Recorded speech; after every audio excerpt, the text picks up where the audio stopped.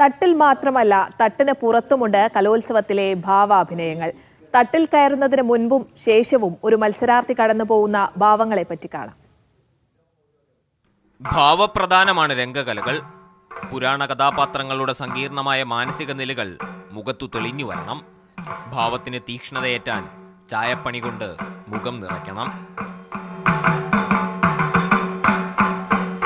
തെളിഞ്ഞ മുഖവുമായി ഗ്രീൻ റൂമിന് പിന്നിൽ കാത്തിരിക്കണം. ഊഴമെത്തുമ്പോൾ ചമയക്കാരന് ദക്ഷിണ വെച്ച് മുഖത്ത് മഷി പുരട്ടി തുടങ്ങും.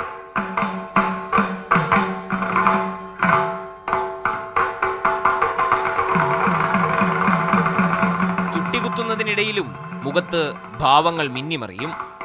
ആദ്യ മഷി പുരളുമ്പോഴുള്ള നേർത്ത തണുപ്പ്, ചമയത്തിന് കനം കൂടുമ്പോഴുള്ള അസ്വസ്ഥത, മത്സരഫലത്തെക്കുറിച്ചുള്ള ആശങ്ക, ചമയത്തിനിടയിലെ ചെറുഫലിതങ്ങൾ, അതിൻ്റെ പുഞ്ചിരി.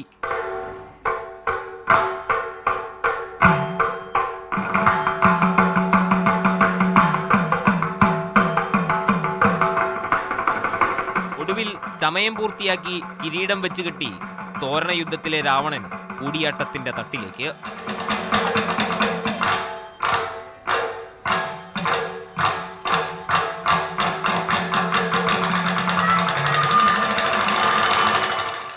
ലങ്കാധിപനായ രാവണന്റെ മുഖത്ത് വീരഭാവം.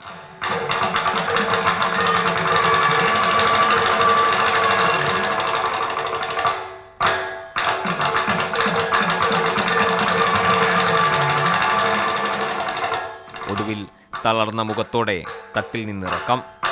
തോരണ യുദ്ധം ഞാൻ രാവണായതുകൊണ്ട് തന്നെ കുറച്ച് ടഫാണ്. കൂടുതൽ പോർഷൻ ഞാൻ തന്നെയാണ് സ്റ്റേജിൽ നിൽക്കുന്നത്. നമുക്ക് കുറച്ച് നേരം, അതായത് ഒരു 2.5 മണിക്കൂർ 3 മണിക്കൂറെങ്കിലും മിനിമം എടുക്കേണ്ടി വരും വേഷങ്ങൾ മൊത്തം ചെയ്ത് വരുമ്പോഴത്തേക്ക്. അതിൻ്റെതായ ചില ബുദ്ധിമുട്ടുകളുണ്ട്, അല്ലാതെ വേറെ പ്രശ്നമൊന്നുമില്ല. വേഷവിധാനങ്ങൾ അഴിച്ച് മുഖം തെളിയിക്കലാണിനി. എണ്ണ കൊണ്ട് മഷി പതിയെ ഇളക്കണം. തോലോട് ഉറച്ച മഷി ഇളകുമ്പോൾ ചെറുതായി നോവും. മഷി പടർന്ന മുഖം വികൃതമാകും. ഒടുവിൽ വെള്ളം കൊണ്ട് കഴുകി തെളിഞ്ഞ മുഖത്തേക്ക് വീണ്ടും. ലേഷ് കാഞ്ഞിക്കാവിനൊപ്പം മുഹമ്മദ് ആഷിഖ്, മീഡിയ 1, തിരുവനന്തപുരം.